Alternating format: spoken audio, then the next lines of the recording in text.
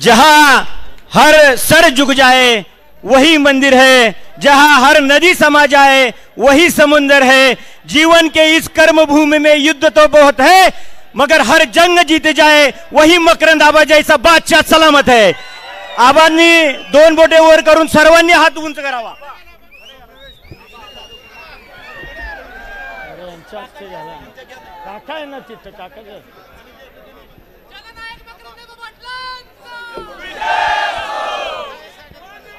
उद्याच्या 20 तारखेला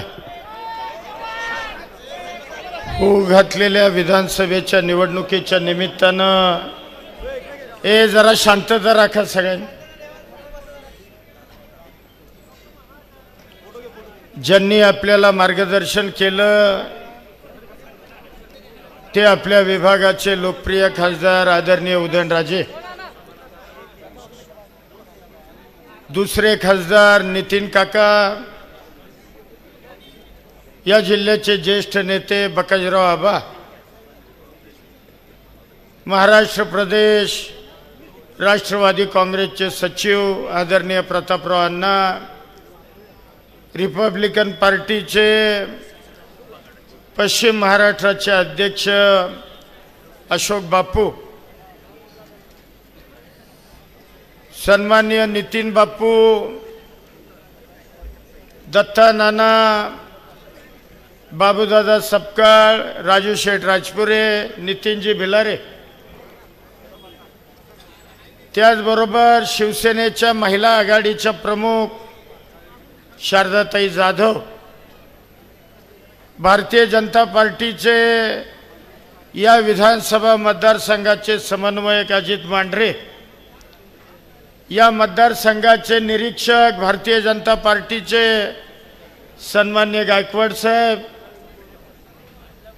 मी आता नावं सगळ्यांची घेत नाही, तिन्ही म्हणजे महायुतीचे कार्यक्रमाला उपस्थित असणारे सर्व सन्मान्य पदाधिकारी, मंचकावर उपस्थित असणारे आपल्या तिन्ही तालुक्यातील सर्व मान्यवर कार्यकर्ते आणि मोठ्या संख्येनं आज या ठिकाणी माझा उत्साह वाढवण्याकरता किंवा मला पाठबळ देण्याकरता, माझ्या प्रति प्रेम व्यक्त करण्याकरता उपस्थित असणारे आपण सर्व मान्यवर वडीलधारी माता भगिनी, पत्रकार बंधू आणि माझ्या तरुण सहकारी मित्रांनो,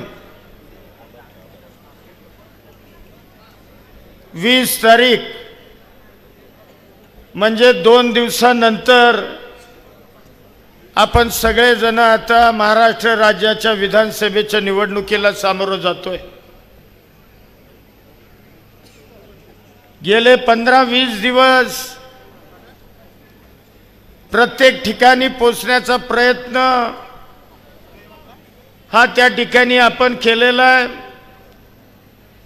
अद्यापही काही गावं, काही भाग राहिलाय, तो एवढ्या 2 दिवसामध्ये पूर्ण करण्याचा प्रयत्न मी करणार आहे। परंतु गेले 15 वर्ष तुम्ही सगळ्यांनी मला खूप भरभरून प्रेम दिलं, आशीर्वाद दिले। 2009 ला अपक्ष लढलो, त्यावेळेलाही तब्बल 22,000च्या फरकाने निवडून दिलं। 14 ला घड्याळ चिन्ह घेऊन, 19 ला घड्याळ चिन्ह घेऊन, एकदा 37,000 आणि एकदा 44,000 एवढ्या फरकानं मला तुम्ही तिसऱ्यांदा या विधानसभा मतदारसंघाचं प्रतिनिधित्व करण्याचा सन्मान दिला। तिन्ही वेळेला तुम्ही जे मला विश्वास माझ्या प्रती दाखवला त्याबद्दल पहिल्यांदा तुम्हाला सगळ्यांना धन्यवाद देतो। तुम्हा सर्वांचे मनापासून आभार मानतो। आज 15 वर्षामध्ये माझं काम तुम्ही सगळ्यांनी पाहिलंय, माझा संपर्क तुम्ही सगळ्यांनी बघितलाय। 15 वर्षामध्ये काम करत असताना समाजातला शेवटचा घटक डोळ्यासमोर ठेवला। छोट्यातली छोटी वाडी असू द्या, वस्ती असू द्या, ती डोळ्यासमोर ठेवून या मतदारसंघाचा विकास करण्याचा प्रामाणिकपणाने प्रयत्न केला। तुम्ही खरं सांगा, या मतदारसंघामध्ये 15 वर्षामध्ये विकास झालाय का हो? झाला असलाय तर झालाय म्हणून सांगा। अहो, अनेक रस्त्यांची कामं केली, पाणी पुरवठ्याच्या योजना केल्या, समाज मंदिरं केली, सिमेंटचे बांध बांधले, बंधारे बांधले, छोटे मोठे तलाव बांधले। अगदी मुरे सुद्धा डोंगरावरचे असतील तिथं सुद्धा कधी लाईट गेली नव्हती, तिथं लाईट सुद्धा आपण पोहोचवण्याचा प्रयत्न केला। आरोग्य सेवेच्या संदर्भातले अनेक निर्णय आपण घेतले। पर्यटन वाढीच्या संदर्भामध्ये आपण काम करण्याचा प्रामाणिक प्रयत्न केला। तीर्थक्षेत्र विकासाच्या संदर्भामध्ये सुद्धा या मतदारसंघामध्ये आपण काम करण्याचा प्रयत्न केला। हे तुम्ही सगळेजण डोळ्यानं बघताय। आता मी मागचं काहीच बोलत नाही, परंतु या 5 वर्षामध्ये तब्बल 4,500 कोटी रुपयाची कामं, म्हणजे एखाद्या कॅबिनेट मंत्र्याला सुद्धा जेवढी कामं मतदारसंघामध्ये त्यांच्या करता आली नाहीत, तेवढी कामं आपल्या एकट्या वाई, खंडाळा, महाबळेश्वर या 3 तालुक्यांमध्ये करण्यामध्ये आपण यशस्वी झालो।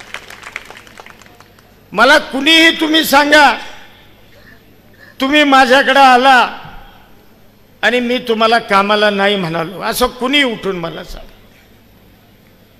99% आलेल्या प्रत्येक माणसाचं समाधान करण्याचा प्रयत्न केलेला आहे। तो कुठल्या पक्षाचा आहे, तो कुठल्या जातीचा आहे, तो कुठल्या विचाराचा आहे, तो कुठल्या गावातला आहे, हा विचार मी कधीही केला नाही। येणारा माणूस कुठल्याही असला तरी त्याला न्याय, त्याच्या प्रश्नांना न्याय हा देण्याचा प्रामाणिकपणाने प्रयत्न केला आहे। अनेक गोष्टी घडल्या मतदारसंघामध्ये या 5 वर्षात। सगळ्यात पहिलं कोविडचं संकट आलं। कोविडच्या संकटामध्ये अहो, घराबाहेर माणसं पडत नव्हती, रस्त्याला साधं कुत्रही दिसायचं नाही, इतका शुकशुकाट सगळ्या रस्त्यांना असायचा। सुरुवातीचे 8 दिवस सोडले तर हा मकरंद पाटील या 3 तालुक्यातला किंवा या जिल्ह्यातला पहिला लोकप्रतिनिधी होता की जो स्वतः गाडी घेऊन तुमच्यापर्यंत येण्याचा प्रयत्न त्याने केला होता। ज्या ज्या गावांमध्ये कोरोनाचा प्रादुर्भाव झाला त्या प्रत्येक गावामध्ये मी जाण्याचा प्रयत्न केला। गावागावामध्ये गेलो, तुमची सगळ्यांच्या आरोग्याच्या संदर्भातली चौकशी केली, तुम्हाला दिलासा दिला, आधार दिला। ऑक्सिजनचे बेड निर्माण केले, मॅप्रो सारखं कोविड सेंटर की जिथं मुफ्त फुकट उपचार, अगदी रेमडेसिवीर पासूनची सगळी औषधं, ही सगळी व्हेंटिलेटर, अशी सगळ्या यंत्रणा कोविडच्या काळामध्ये उभ्या केला। मला सांगा, ही जी मंडळी आता निवडणुकीला उभी राहिलीत, ही होती का हो कोविडच्या काळात? कुठं होती सांगा? अहो, मी स्वतः कोविडग्रस्त झालो, मी स्वतः आजारी पडलो. 16 दिवस मी दवाखान्यात होतो सेकंड व्हेरियंटच्या वेळेला. माझा ऑक्सिजन लेवल 77 होती, तरी सुद्धा मी तुमच्याशी फोनवर बोलत होतो हॉस्पिटलमधनं.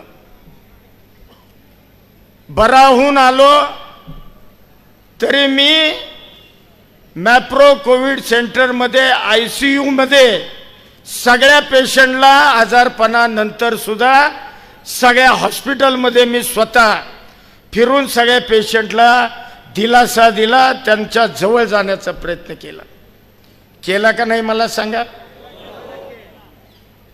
कुठं होती ही मंडळी त्यावेळेला?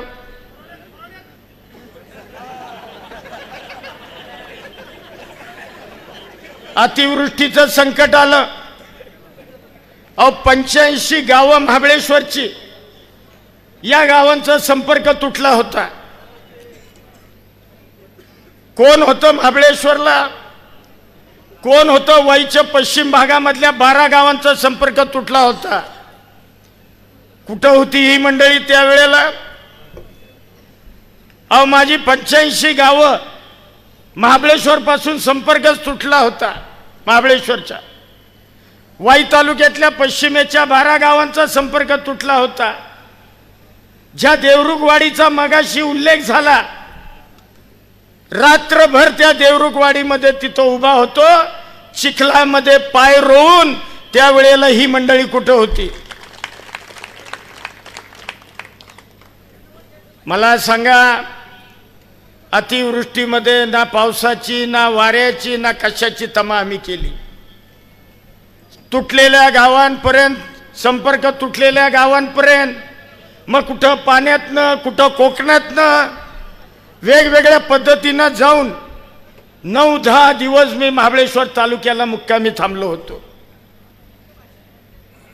पहिल्या 4 दिवसातच 22 गावं वगळता सगळ्या गावांचा संपर्क सुरू केला. पश्चिम भागाचा सुद्धा वाईच्या ताबडतोब त्या ठिकाणी संपर्क सुरू केला.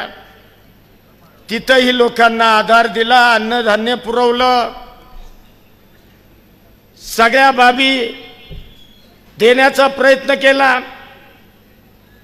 तुम्हाला खोटं वाटेल, जे स्वातंत्र्य मिळाल्यापासून जे पूल, जे रस्ते उभे केले गेले होते, हे सगळे पूल रस्ते सगळे तुटले होते.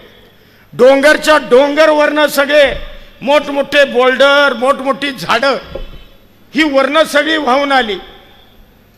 मला सांगायला आज अभिमान, आनंद वाटतो की महाबळेश्वर, एकट्या महाबळेश्वर तालुक्यात अवघ्या 2 वर्षात 400 पूल आपण उभे केले. 400 पूल. वाई तालुक्यामध्ये नवीन 70 पुलाची निर्मिती केली. ज्या मोऱ्यांच्या नळ्यांचे पूल होते त्या नळ्या सगळ्या काढून टाकल्या आणि सगळे बॉक्सेलचे पूल आपण आपल्या मतदारसंघामध्ये या 2 वर्षामध्ये नव्यानं करण्याचा प्रयत्न केला. प्रत्येक वेळेला संकट आलं. मांढरदेवची दुर्घटना तुम्हाला आठवत असेल, आठवती का नाही? 350 लोक मृत्युमुखी पडली होती. दिवस रात्र मी आणि माझे सहकारी, बुवा बरोबर आहे का, तिथं आम्ही न झोपता, मी आमदार सुद्धा नव्हतो, मी आमदार सुद्धा नसताना दिवस रात्र त्या डेड बॉडीज, सगळे वडापवाले बोलवले. बिवांना विचारा, बुवांची स्वतःची गाडी होती, सगळ्या वडापच्या गाड्या बोलवल्या. डिझेलची सुद्धा सोय नव्हती सरकारी. दीपक ओसवालांना मी फोन केला, दीपक काय लागल ते डिझेल दे, त्याचे पैसे मी देतो, परंतु ज्या ज्या गावचे व्यक्ती मृत झालेत, ह्या मृत व्यक्तींचे मृतदेह हे मग नगर जिल्ह्यामधले लोक होते, पुणे जिल्ह्यातले होते, लांब लांबचे लोक होते, कर्नाटकची मंडळी होती, तिथपर्यंत त्यांचे मृतदेह पोचवण्याचं काम 2 ते 3 रात्र दिवस रात्र उभं राहून आम्ही केलं. ही जी गप्पा मारतात ना आता विरोधक, कुठं होती ही मंडळी हो? कुठं होती? आज मताचा जोगवा मागतायत. एकाला तर त्याला म्हणतो ना हौसच आहे, निवडणूक आली की गडी अर्ज भरतोय. बरं, एका प्रमुख पक्षाचा शिंदे साहेबांचा आमच्या पदाधिकारी, शिंदे साहेबांच्याकडे इकडे पदाधिकारी साहेबांच्याकडे प्रश्न सोडवण्याकरता जातोय आणि इकडं पवार साहेबांनाही भेटतोय, अजितदादांनाही भेटतोय आणि कुणालाही भेटतोय. म्हणजे ना विचार ना पक्ष, परंतु निवडणूक आली की अर्ज बाबानं भरलाच. दुसऱ्यांचं मी काही बोलत नाही, तुम्हाला सगळ्यांना माहिती आहे, त्या विषयाकडे मी जाणार नाही. परंतु आमच्या मांडीला मांडी लावून बसले होते, चिठ्ठ्या देतात गद्दारीच्या. बरोबर बोललाय. अहो, आदल्या दिवशी मांडीला मांडी लावून बसले. प्रत्येक तुम्ही बघितलंय, 7 तारखेला अजितदादांची सभा होती, महिला भगिनी मोठ्या संख्येनं होत्या. स्टेजवर होते का नाही? पुढे खुर्ची मांडून होते का नाही? अहो, अजितदादा मला कॅबिनेट मंत्री पद देत होते, नितीन आणि मी होतो. मी 4-2 जणांना आपल्या प्रमुखांना फोन लावला, त्यात त्यांना लावला. म्हणलं काय करायचं? दादा म्हणतायत नाही नाही, म्हणले ताबडतोब मंत्रीपद घ्या. मी घेतलं, कारण हे बघा, मकरंद पाटील जर गद्दार असता, मकरंद पाटलाला जर सत्तेची हवा असती तर पहिल्या दिवशी मी कॅबिनेट मंत्री झालो असतो. लक्षात ठेवा. आमदारांचं स्वप्न असतं मंत्री होणं. महाराष्ट्रातला पहिला आमदार असेल मंत्रीपद नाकारणारा, ते नाकारून मी तुमची मान उंच ठेवण्याचं काम केलेलं आहे. लक्षात ठेवा. आता वाई करता नवीन DPR मी बनवलेला आहे. गावागावांचा विकास. अहो, कुठल्याही गावात जा, माझा चॅलेंज आहे. मोरवेचे बघा हात वर केलाय माऊलींनी, 12 कोटी म्हणले आमच्या गावात. गावागावात जा, कोटीत आकडे मंजूर केलेत, कोटीत. मी फिरत होतो, गावागावामध्ये हे ऐकू येत होतं. अगदी आपल्या श्री क्षेत्र मांढरदेवी त्या रस्त्याला सुद्धा जवळपास तुम्हाला सांगतो 100 कोटीपेक्षा जास्त आपल्या हद्दीतल्या लेंथला त्या ठिकाणी मंजूर केले. मांढरदेवची भविष्यात आपण तीर्थक्षेत्र ते कसं वाढेल या संदर्भातला प्रयत्न आपला सुरू आहे. हे मी का सांग, तिथं सगळ्या शासकीय योजना, काही हॉस्पिटल बघा सरकारी योजना पेशंट ॲडमिट करून घेत नाहीत किंवा ते हे करत नाहीत. त्या सगळ्या गोरगरिबांना उपचार मिळण्याकरता तात्यांच्या नावानं मी लवकरच तुम्हाला हॉस्पिटल सुरू केलेलं बघायला मिळेल, की जिथं गरीबातल्या गरीब माणसाला त्या हॉस्पिटलमधून चांगल्या पद्धतीचा उपचार मिळेल.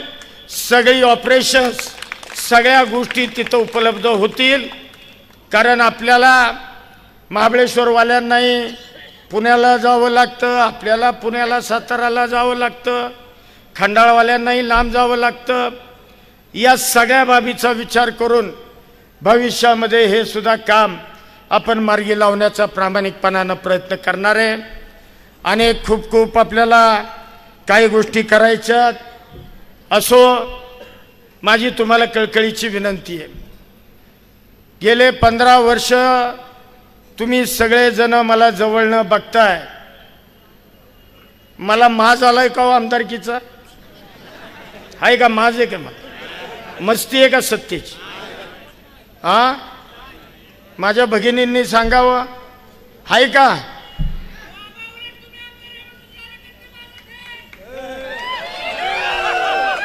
कार्यकर्ता सुद्धा माझात नसला पाहिजे. माझ कोण करेल, कोण करू शकतो हे तुम्हाला माहिती आहे.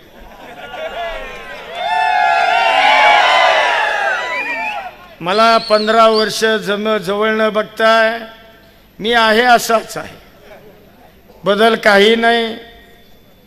आणि निश्चितपणानं मला खात्री आहे, कारण मी गावोगावी फिरतोय. इतकी गावं आहेत, जवळपास महाबळेश्वर तालुक्यात 25-30 गावं कमीत कमी निघतील. त्यांनी सांगितलंय आबा 100% एक मत सुद्धा जाऊ देणार नाही. आता राजू शेठ म्हणले लिहून ठेवा, आमचं मत मोजून घ्या. वाईज मध्ये सुद्धा तीच परिस्थिती आहे. काल पश्चिम भागामध्ये फिरत होतो, असं एखादही 4-6 घरांची वस्ती किंवा गाव नाही. सगळ्या भगिनी रस्त्यावर अक्षरशः महिलांचा ज्याला म्हणतो ना लोट, तो लोटच्या लोट माझ्या स्वागताला त्या ठिकाणी रस्त्यावर उभा होता. अहो हे कशाचं द्योतक आहे?